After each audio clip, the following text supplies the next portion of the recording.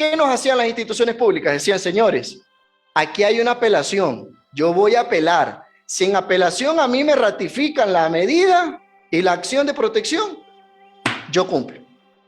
Mientras tanto, señores, porque imagínense ustedes el entuerto jurídico que tenemos ahorita. ¿Qué pasa si en segunda instancia le dan la razón al señor González?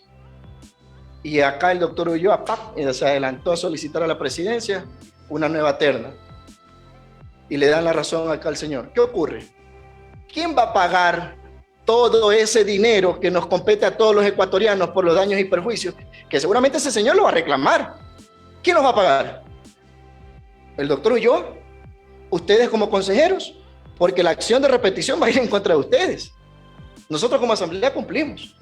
Va a ir en contra de ustedes, señores. Eso ustedes tienen que tenerlo clarito. Ahora, vamos en el otro caso. ¿Qué pasa si ratifican la milagrosa sentencia de la jueza Larissa Ibarra y vienen e interponen acción de extraordinaria protección y la Corte Constitucional declara que hay vulneración de derechos constitucionales en contra del señor González? Esa reparación integral que va a ordenar la Corte, señores, sumen bastante, más de 6-0.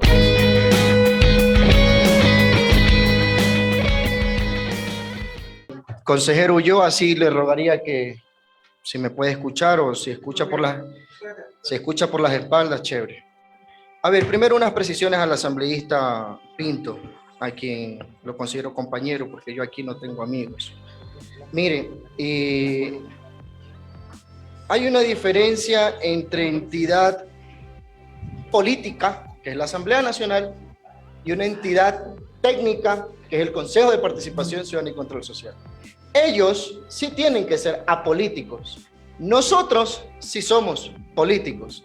Esa investidura es una gran diferencia que la misma Constitución de la República lo establece. Ahora bien, en cuanto a mi presencia en dicha audiencia, yo le informo y le comunico, además de invitarlo, que si hay alguna irregularidad que ustedes como bancada hayan observado, pues presenten las denuncias correspondientes y yo me tendré que defender, porque es lo que más me gusta, litigar. Mire, yo inicié el proceso de fiscalización en esta mesa del tema de la superintendencia de bancos. Aquí en esta mesa se pusieron las alertas de que la señora Rosa Matilde Guerrero Murgator era muy amiga del presidente Lazo, pero es porque ella había conformado el comité que fue parte del feriado bancario. ¿Sí lo conocía? ¿No lo conocía? Pues bueno, le pongo en conocimiento. Ella firmó, incluso firmaba como economista cuando no lo era economista. Mentir también es corrupción. Yo aquí no asumo, yo aquí pruebo, porque por más que tengo yo la calidad de asambleísta y me inviste también una inmunidad, a mí me gusta probar los hechos, no asumir hechos, ¿ya? Eso básicamente en cuanto a las aclaraciones. Y yo jamás le grité a la jueza porque de hecho lo que hice fue ubicar en tiempo y espacio muy respetuosamente, porque la jueza no sabía ni siquiera dirigir la audiencia. Y le dije, doctora, si me permite, con todo el respeto, ¿puedo hablar? Me dijo, hable. Le digo, mire, doctora, yo creo que el Consejo de la Judicatura ha dicho esto, no sé si usted lo conozca, pero le digo por si acaso. Dijo, sí, es verdad lo que usted dice. Y recién ahí empezó a medio dirigir la audiencia. Y lo que yo sí le puedo decir, que la jueza estaba en la misma unidad judicial de San Borondón, que es un nido de ratas. Estaba en la misma unidad, pero está en otra oficina, porque no quería dar la cara. ¿Y saben lo que hizo la jueza? En una llamada telefónica, en alta voz, alguien, que no quiero pensar que es alguien que esté aquí, le estaba gritando a la jueza, dándole las instrucciones, porque la jueza estaba atemorizada y ella decía que no podía continuar con la audiencia, porque no podía seguir la audiencia. Y alguien le daba instrucciones por teléfono a la jueza. La secretaría se da cuenta, inmediatamente cierra la puerta. Pero ya habíamos escuchado todo. Yo lo que sí le puedo decir, no actué como abogado, actué como asambleísta y como fiscalizador tenía todo el derecho de estar en esa audiencia. Primero. Segundo, lo que yo sí pude ver fue una jueza que no sabía dónde estaba parada, primero, con todo respeto. Segundo, que recibía instrucciones por teléfono. Y tercero, lo que pude observar fue una metida de mano a la justicia, y yo lo digo aquí, no asumo, yo pruebo, y allá voy. Mire, resulta que cuando se presentan estas acciones de protección, no sé si usted las ha revisado o alguien aquí las ha revisado. Primero se presenta una acción de protección, le voy a decir la fecha, el 25 de julio del 2022. ¿Y sabe quién la presenta? Nada más y nada menos que el señor César Javier Cabezas Cabrera. Por coincidencia, lleva uno de los apellidos de quien actualmente integra la terna. Pero él, al verse que no le cayó con la milagrosa jueza Larisa Ibarra, entonces él retira y desisten de la acción y esta jueza, bueno, archiva la causa. Pero ¿qué procede paralelamente? Paralelamente presentan otra acción de protección con medidas cautelares donde ahí sí se cumplió el milagro, pues. Ahí hubo el milagro. La jueza Larisa Ibarra fue la que conoció. ¿Pero quién era la jueza Larisa Ibarra? Bueno, la que puso al doctor Hernán Ulloa como presidente del Consejo de Participación. Pero esas las coincidencias en derecho suelen darse, ¿no? Pero en San Borondón no hay coincidencias. En San Borondón hay otras cosas que no son coincidencias. ¿Ok? Y resulta que la jueza, la milagrosa jueza, hace un análisis según ella y ¡pac!, concede una medida cautelar. Pero señores, medios de comunicación, la acción fue presentada en contra de los miembros del Consejo de Participación Ciudadana y Control Social, señores, no en contra de la Asamblea Nacional. Eso tienen que tenerlo claro para el derecho, primero, y eso tenemos que ubicarnos en tiempo y espacio. Fue presentada en contra de los consejeros de Participación Ciudadana y Control Social, y ahí esto es un hecho que tiene que tener muy pendiente el presidente, porque más adelante voy a hablar sobre unas posibles arrogaciones de funciones que le competen al Pleno del Consejo de Participación Ciudadana, y él también milagrosamente hizo muchas cosas que no le correspondían. Bueno, pero ¿qué sucede con esta acción? O sea, vamos a hablar en derecho. Dice la acción de protección con medidas cautelares. La acción de las medidas jurisdiccionales fueron creadas para que el ciudadano común haga frente a sus derechos frente al abuso del poder del Estado. No que el Estado pretenda resolver los problemas políticos en los juzgados como actualmente se está viendo. ¿Cómo resolvieron el Consejo de Participación Ciudadana y Control Social? A través del juzgado. Es la misma operación, es que es lo mismo, he calcado con letra. La Policía Nacional, Ministerio de Gobierno, la Justicia a través de acciones de protección con medidas cautelares. Y luego acordonaron con la Policía Nacional todo el Consejo de Participación Ciudadana y Control Social. El mismo esquema fue utilizado para la Superintendencia de Bancos. Pero vamos a ver. Ya la asambleísta, la vicepresidenta de la comisión, había advertido sobre la sentencia de la Corte Constitucional. Y esto es importante. A ver, yo he sostenido que la sentencia es ineficaz y inejecutable, pero no es porque a mí se me ocurrió, yo amanecí iluminado como Larisa Ibarra, y yo dije, a mí se me va a ocurrir esto. No, porque ya la Corte Constitucional lo ha advertido y lo ha dicho en sentencias que no son precedentes de carácter voluntario para el cumplimiento, son de carácter obligatorio para todos los abogados y jueces también del país. Y la Corte ya advertía en esta sentencia, cuando hay una sentencia que vulnera el procedimiento, el ordenamiento jurídico constituido en el país, no es ejecutable, se torna inejecutable. Primero empecemos por ahí. Y ahora bien, si esta sentencia, dicho por el abogado Ulloa, él sale en la mañana en una entrevista y dice, probablemente hay que pedir una nueva terna, si quizás la jueza es lo que pida. Chuzo, milagro, la jueza Larisa de nuevo. La jueza Larisa dicta su sentencia y dice, usa una palabra que jamás en el derecho constitucional ha sido ubicada, una nulidad radical. Y yo no sé si usted, doctor, en su maestría ha escuchado esa palabra, nulidad radical constitucional, porque esa vaina es para que incluso los grandes constitucionalistas del mundo nos digan, señores, ustedes no descubren la cura contra el cáncer porque les da pereza. Pero miren, ahora bien, resulta que el doctor Ulloa sale en la mañana, en la tarde la jueza Larisa Ibarra resuelve en sentencia y en la tarde el doctor Ulloa inmediatamente le pide a la presidencia la terna. Chuzo, es toda una acción coordinada de actores que ya están previamente coordinados, ¿no? Y bueno, y luego de que, ojo, cinco o 6 días después de que se elige al superintendente, se presenta esta acción de protección con medidas cautelares. 5 o 6 días después. Señores, ya habían precluido todos los tiempos. Ya había sido enviado por el mismo presidente del Consejo de Participación a la Asamblea Nacional para la designación. Había pasado todo, e incluso las impugnaciones, y no había ocurrido absolutamente nada. Pero bueno, con el milagro de la jueza Larisa Ibarra, a quien por cierto, ustedes quieren conocer quién es la jueza Larisa Ibarra. Bueno, miren, la jueza Larisa Ibarra tiene en su haber más de 35 quejas. ¿Ustedes sabían eso? Y sí saben que tiene dos declaratorias jurisdiccionales de error inexcusable justo antes de que a ella le caiga el proceso en el cual dictó ese milagro en la superintendencia de bancos. ¿Y saben qué? De paso, el Consejo de la Judicatura, que en otros casos ha sancionado en menos de 24 horas jueces que tienen declaratoria jurisdiccional de error inexcusable, los jueces, en este caso que han sido sancionados, la jueza Larisa Ibarra no ha sido sancionada porque ella tiene un arcángel Miguel que la protege sobremanera. Y hasta la presente fecha la jueza Larisa Ibarra sigue dictando milagros en el San Borondón. Ahora miren, y de ahí que viene todo este engranaje, ¿no? Que la Asamblea cumple con su disposición de posesionar, porque no fue dictada la sentencia en contra de la Asamblea Nacional, señores.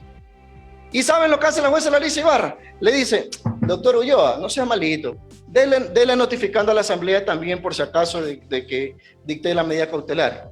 Señores, a nosotros como Asamblea Nacional nos fuimos parte procesal. ¿Y por qué yo digo que esta sentencia es inejecutable? Porque ya la Corte Constitucional también, y esto si quiere se los comparto al doctor Ulloa, a todos los miembros del Consejo, porque el doctor Ulloa ha leído artículos de la Ley Orgánica de Garantía Jurisdiccional y Control Constitucional y ha leído también artículos de la Constitución. Pero lo que el doctor Ulloa se olvida, involuntariamente, es que la Corte Constitucional es la única que modula y es la única que interpreta la norma constitucional y las normas que tienen que ver en el ámbito constitucional. ¿Y qué ha dicho la Corte? Cuando no hay legitimidad activa, cuando una persona no tiene derechos individuales adquiridos sobre un acto.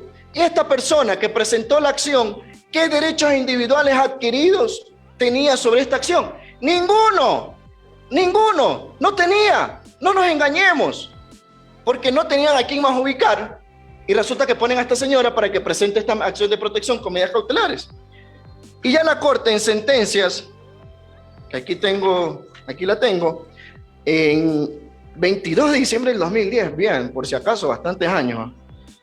En el caso número 1114-10-EP, en uno de los considerandos, las Cortes establece cuando no existe este tipo de legitimidad activa. Y en este caso, la señora no tenía la legitimidad activa. ¿Y qué pasa cuando no tiene legitimidad activa? La sentencia o todo lo que haya ocurrido de por sí se torna inejecutable e ineficaz. No lo digo yo, lo ha dicho la misma Corte Constitucional en sentencias interpretativas sobre artículos de la Constitución y de la misma Ley Orgánica de Garantía Jurisdiccional y Control Constitucional. ¿Y qué dice? Miren, la Corte en uno de los casos, el artículo 163 de la Ley Orgánica de Garantía Jurisdiccional y Control Constitucional indica que los jueces, ojo, tienen la obligación de ejecutar las sentencias en materia constitucional que hayan dictado y subsidiariamente en caso de inejecución o defectuosa ejecución. Adivinen qué, se ejercitará la acción de incumplimiento ante la Corte Constitucional.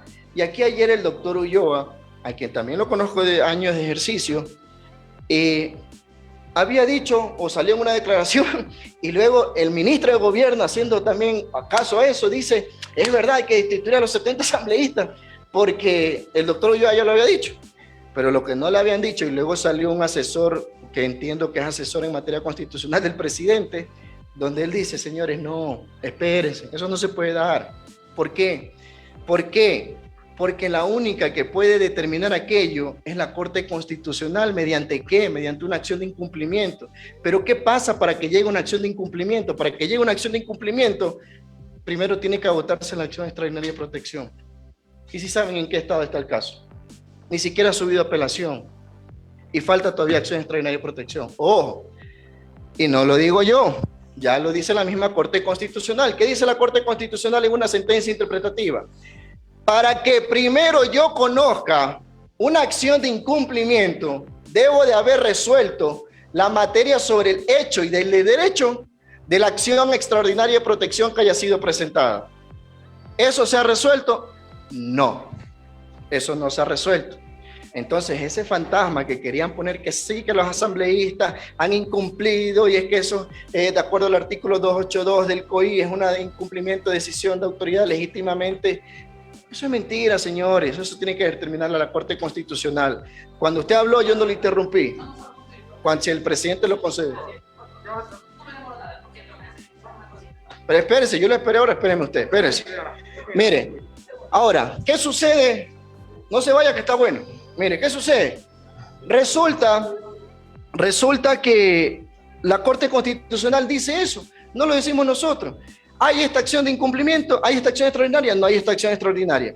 Pero miren, cuando se dictan medidas cautelares en contra de instituciones públicas, y el doctor yo lo puede decir porque también en el libre ejercicio lo hacía, ¿qué nos hacían las instituciones públicas? Decían, señores, aquí hay una apelación, yo voy a apelar. Si en apelación a mí me ratifican la medida y la acción de protección, yo cumplo.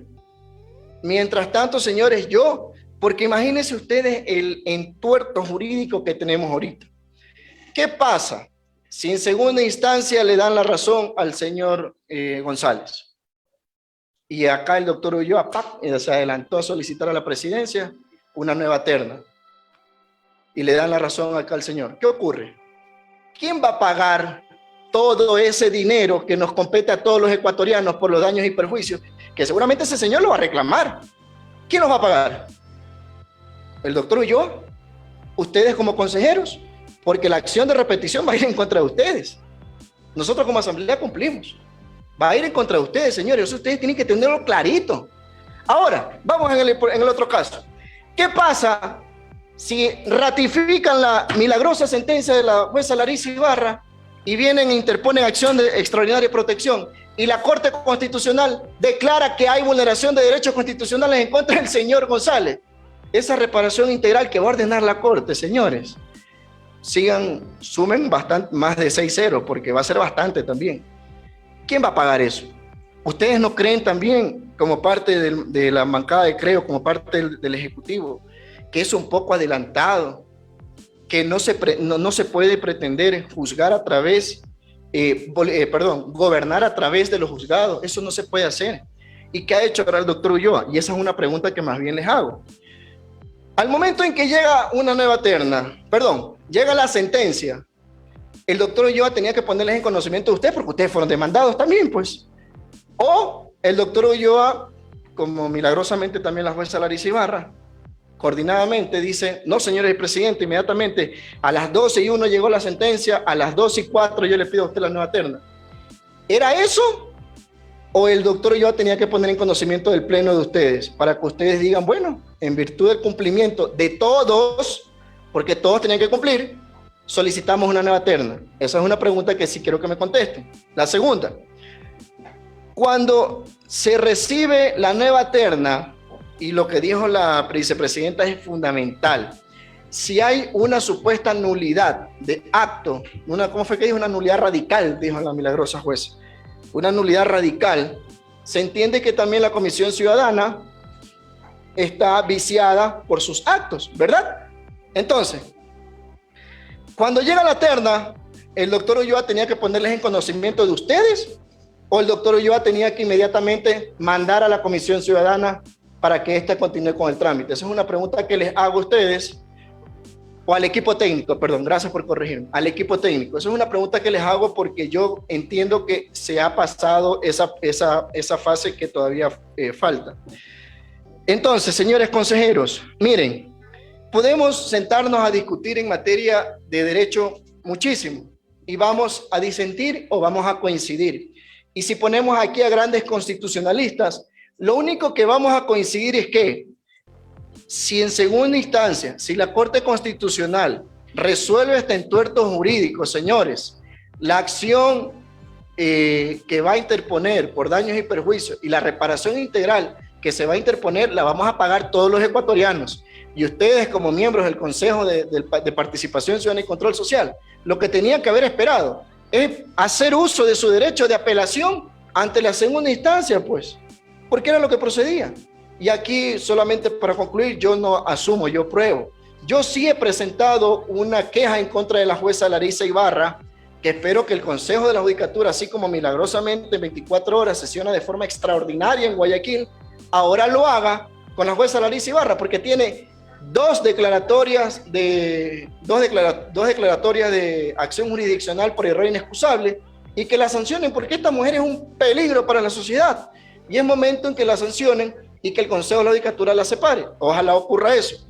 Eso nada más, si se me escapa algo. Bueno, y esto solamente algo para concluir. Vean rapidito la relación de los hechos, y esto para los medios de comunicación.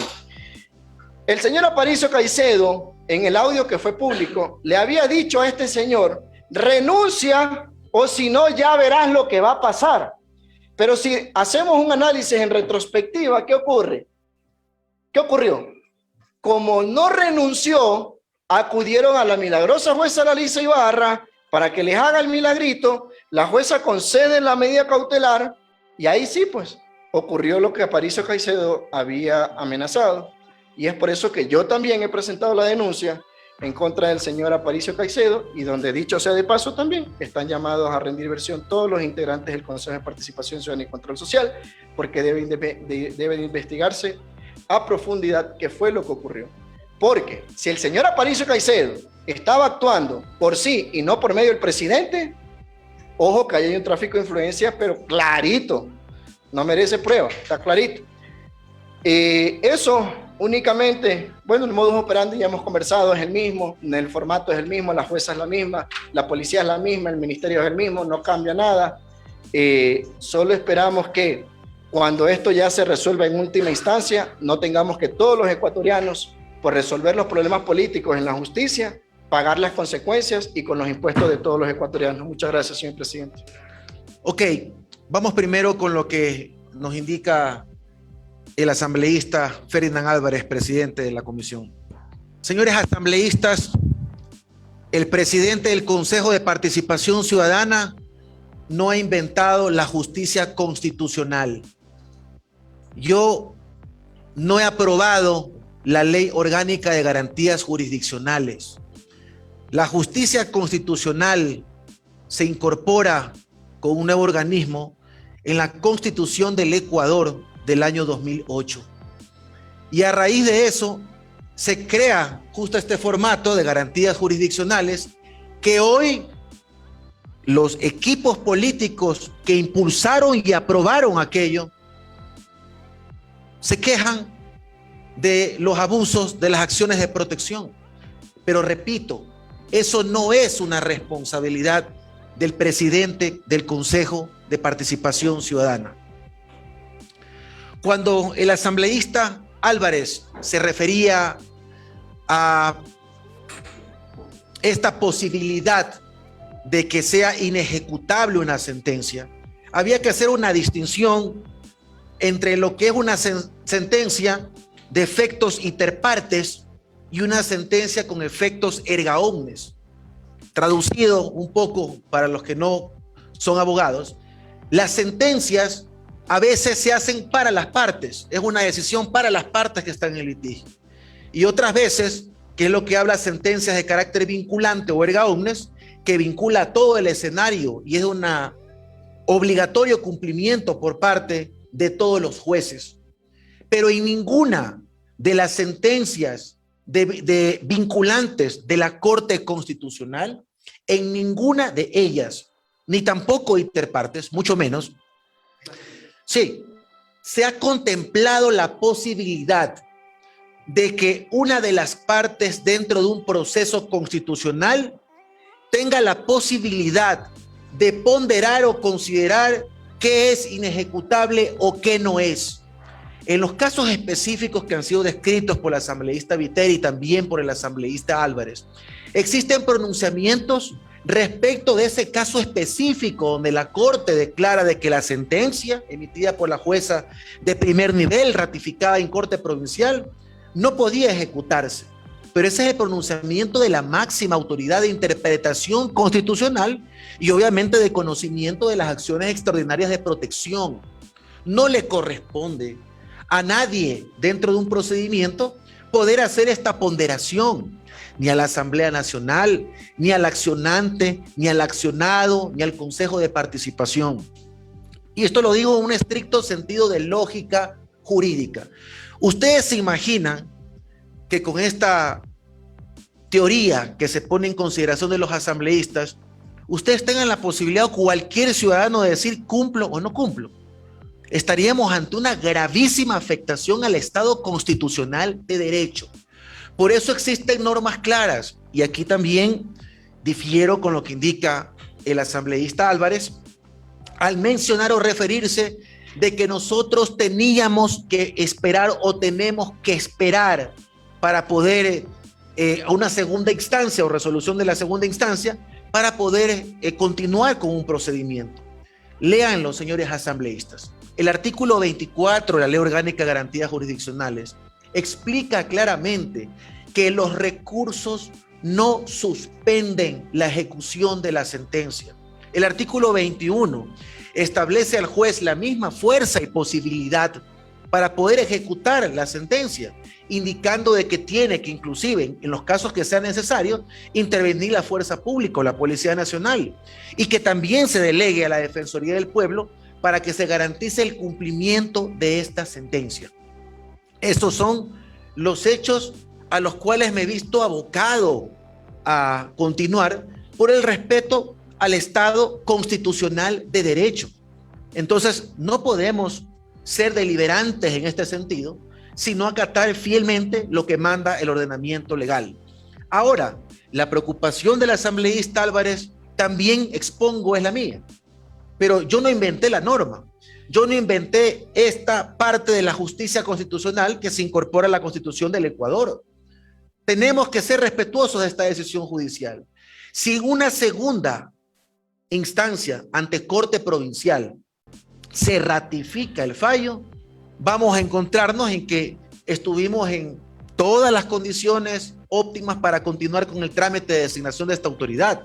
Si en caso contrario la Corte Provincial se pronuncia revocando la sentencia de primer nivel, el Consejo de Participación Ciudadana, ningún consejero, ni presidente, ni vicepresidente, ni asambleístas puede hacerse cargo de este costo, porque la norma dice expresamente que hay que cumplir con esta sentencia y no existe posibilidad de poder deliberar si es posible o no es posible cumplirla. Por esa razón, les explico, señores jueces, mi posición, una posición que se dio inmediatamente después de que conocí el resultado de una medida cautelar y una sentencia constitucional. Antes, respetando la decisión de la mayoría del Pleno del Consejo de Participación Ciudadana, es decir, la posición institucional, lo que hice fue comunicar a la Asamblea la resolución del Pleno para que se proceda a la posesión de la autoridad. Pero una vez que entra la justicia constitucional y declara nula esa resolución, no se podía ejecutar un acto administrativo declarado nulo. ¿Por qué razón, Mauricio? Porque no produce efectos jurídicos. Esto es así de sencillo como que fuera una operación matemática. Entonces, estas son las consideraciones en torno a mi posición respecto de la acción de protección, cómo debería proceder el Consejo de Participación Ciudadana, qué deberíamos esperar, y que las consecuencias no las asumen ustedes ni nosotros, sino es parte del proceso constitucional. El reglamento de la designación para superintendente de bancos, que me lo voy a permitir este momento, compartir en pantalla. ¿Qué contempla el reglamento, asambleístas? Aquí ustedes que tienen esta duda legítima, yo les voy a esclarecer. El reglamento en condiciones generales, normales, regulares, sin que exista acciones de protección de por medio, ante la posibilidad de que se caigan las ternas, de que se caiga la terna, por descalificación, por impugnación, por falta de decisión. El artículo 23, que habla de la nueva terna, establece, en caso de que todos los integrantes de terna fueren descalificados como consecuencia del proceso de impugnación ciudadana, el Pleno del Consejo de Participación Ciudadana y Control Social notificará al presidente de la República para que proponga una terna en el término de 5 días. Asambleístas, por favor, pongan atención porque esto es importante para un poco orientar sobre lo que estamos viviendo en los actuales momentos. Esto en términos generales en acción de protección. Existe la posibilidad de aquí iniciar un procedimiento sin tener que convocar nuevamente o conformar un equipo técnico. Usted lee esa norma que dice eso, no. Sin la posibilidad de tener que nuevamente avanzar con un proceso de veeduría. En este caso excepcionalísima, la jueza en la sentencia, señor presidente, nos lleva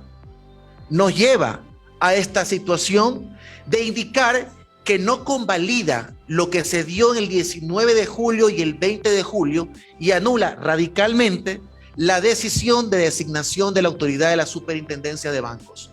Esto no implica bajo ningún concepto que haya anulado el reglamento, y no me venga a decir si vamos a lo más, vamos a lo menos. Usted no me va a decir que tengo que nuevamente hacer un proceso de veeduría, tengo que nuevamente conformar un equipo técnico y también entonces hagamos un nuevo reglamento. Ahí dice, se someterán a todo el procedimiento contemplado. Permítame, esto en términos generales, no se habla en lo absoluto de la conformación de una nueva veeduría, de un nuevo equipo técnico. No existe esa posibilidad, está clarísimo en la parte normativa y quería dejarles claro de que como corresponde en derecho, había que continuar con la disposición de la sentencia constitucional.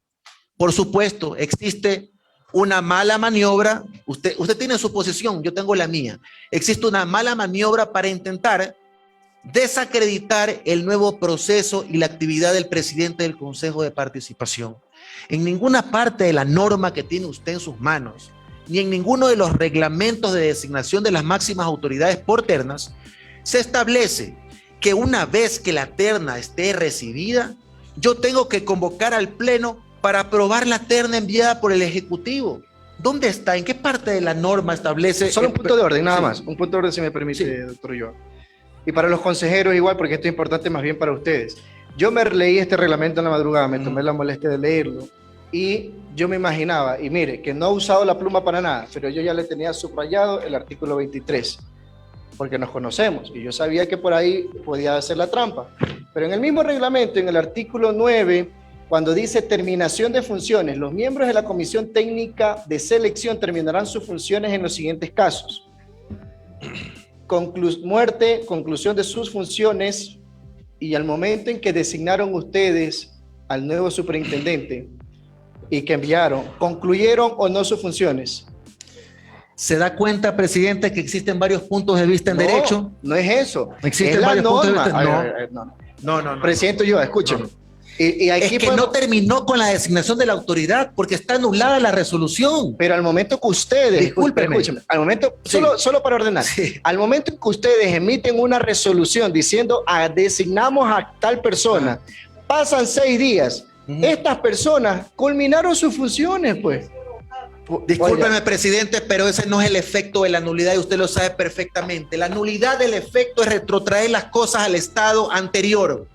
Esto quiere decir que nosotros estamos aquí en el estado anterior de la imposibilidad y por eso no puede el equipo técnico estar cesado y mucho menos la veeduría. Punto de orden. Y podría haber un ratito. Sí. En lo que está indicando, efectivamente, la nulidad, si es que esta acción de protección fuese valedera, la nulidad retrotrae todo al punto 0. Eso quiere decir que no invalida la terna, porque los derechos vulnerados de la persona en acción de protección dice claramente que es porque ella no pudo impugnar, ¿verdad? No pudo participar. Entonces retrotrae todo al momento en que el presidente les da la terna. Vuelven a coger la misma terna de los 3, vuelven a hacer todo. La llaman esta vez a la señorita Dominique y le dicen, ya son los días de impugnación, por favor. Y ya, eso es volver al punto cero. Volver al punto cero no es que desaparece una terna, pues la terna es el inicio. Señores legisladores, la nulidad es nulidad absoluta y nulidad relativa.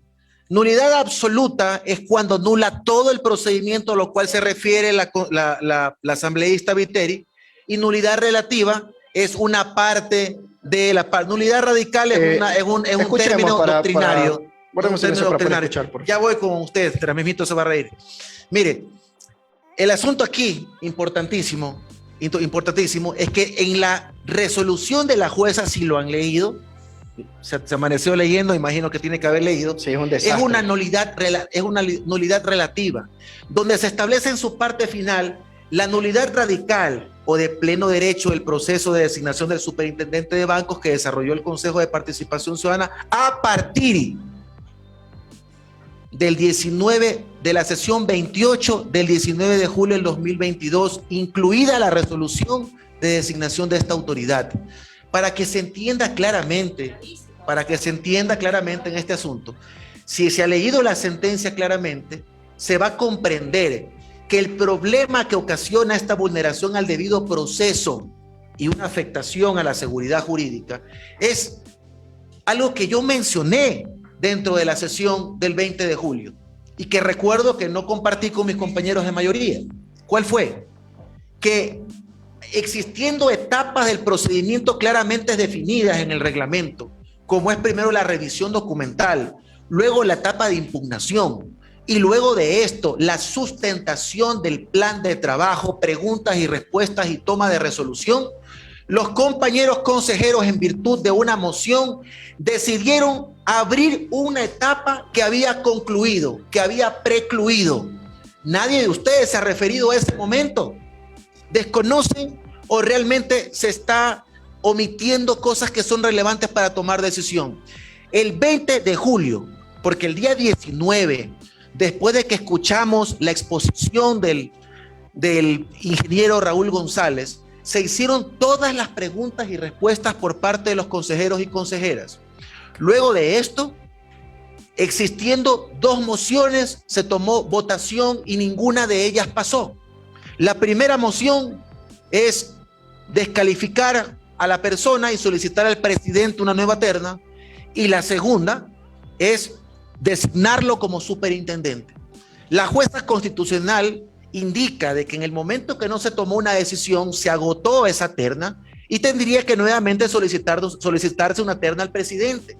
Lo que está anulando los actos posteriores, porque el 20 de julio, de forma, de mi punto de vista, no jurídica, inapropiada, se decide aperturar una etapa que había precluido. Señores legisladores, es como que nos lleven al juicio político muy pronto y de repente, estando en el pleno, hay una moción para regresar al punto de la convocatoria en la Comisión de Fiscalización. Todo tiene su fase, sus tiempos, su periodo, y no se puede retrotraer por antojo de alguien esta situación. Eso es lo que genera el problema de la falta de seguridad jurídica y vulneración al debido proceso. He respondido a este tema normativo. Yo sé que existen varios puntos de vista respetables, no estoy en contra de la posición de los asambleístas, estoy dando mi punto de vista, espero también ser respetado, y bueno, yo aquí he escuchado asambleístas. Mire, hay algo muy importante que yo he aprendido desde mi trayectoria como abogado en el libre ejercicio, que no hay nada más valioso para el pueblo ecuatoriano que un servidor público que sea coherente. Es decir, que no tenga un doble discurso. Para este sí, para esto no. Ahora sí, vamos a ver que por qué la jueza hizo esto, pero para otras ocasiones no, la jueza actuó correctamente. ¿Me entiende? ¿Por qué le hago este comentario? ¿Alguien de ustedes ha reclamado a la jueza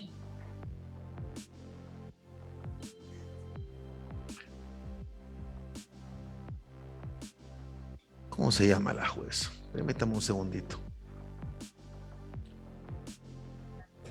Bueno, hay una, sí. quiero que ustedes recuerden, asambleístas, que el suscrito abogado y hoy presidente del Consejo de Participación no llevó esto a la cancha constitucional.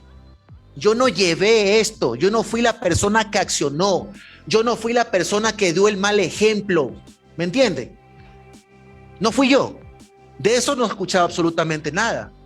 Quien acciona la justicia constitucional fue la consejera Sofía Almeida, y lo hace en el despacho de la doctora Carly Vargas. ¿Cuándo lo hace? ¿Y de qué forma lo hace? Un fin de semana mientras estaba de turno.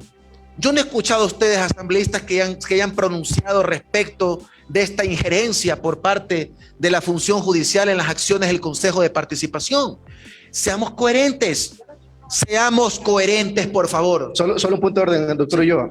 Estuvo aquí, lo reclamamos y se lo expusimos incluso a la abogada, a la economista Sofía Almeida, y de hecho, y dicho sea de paso, los señores milagrosos del Consejo de la Judicatura en una sesión extraordinaria la sancionaron por una declaratoria jurisdiccional. Le voy a decir que milagro, señor presidente. Milagro es que bajo ese mismo método la consejera Sofía Almeida haya presentado esta acción cuando de la misma forma sospechosa, extraña, un fin de semana y con la misma jueza, se presentó una acción de protección con medidas cautelares en contra de Arcotel por parte de un familiar de la consejera Sofía Almeida, y eso no se haya investigado. El número 09-333-2021-01418 con la jueza días antes. Pero vean lo interesante de esto. No voy a compartir, voy a reservar el nombre porque hay que tener ciertos códigos y reglas, pero es importante que conozcan que un familiar accionó con la señora jueza de la misma forma una en flagrancia la justicia constitucional. ¿Saben contra quién? Contra Arcotel. ¿Y saben cuál fue la resolución de la medida cautelar? Que Arcotel, en el plazo máximo de 10 días, proceda con el cierre y clausura de Radio Estación Más Candela o de cualquier otra repetidora que actualmente se encuentra interfiriendo o operando ilegalmente en la frecuencia 96.9 FM. Y la jueza le concedió las medidas cautelares. Que Arcotel, en el plazo máximo de 15 días, facilite la realización de las pruebas operativas y técnicas para la transmisión y operación de Radio Estación Carnaval SA 96.9 de la provincia del Guayas. Se utiliza la justicia constitucional para intereses personalísimos, familiares, y allí se actúa en una jurisdicción que no le corresponde. Y no les he escuchado escuchar a los señores asambleístas el llamado de atención de por qué se acude a San Borondón y no se acude a Quito, donde es la sede principal del Consejo de Participación Ciudadana. Yo no voy a quedarme los brazos cruzados, pues, siendo un hombre de derecho. Como se presentó una medida cautelar autónoma, yo presenté una acción de protección con medida cautelar para volver dependiente esa medida cautelar y tomarse una decisión que ustedes, señores asambleístas, conocen perfectamente, ha sido ganada en segunda instancia, dando la razón de que el Consejo de Participación Ciudadana el 9 de febrero tomó la decisión correcta en virtud de lo que establece el Código Orgánico Administrativo, resolviendo la situación interna, designando autoridades, removiendo autoridades, cumpliendo con lo establecido en la norma, en la ley orgánica, sin ningún tipo de problemas, reconocido por la justicia constitucional. En lo absoluto.